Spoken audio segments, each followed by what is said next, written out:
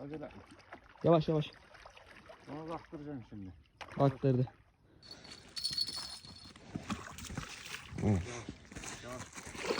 Yavaş. Tamam abi gir gari sen.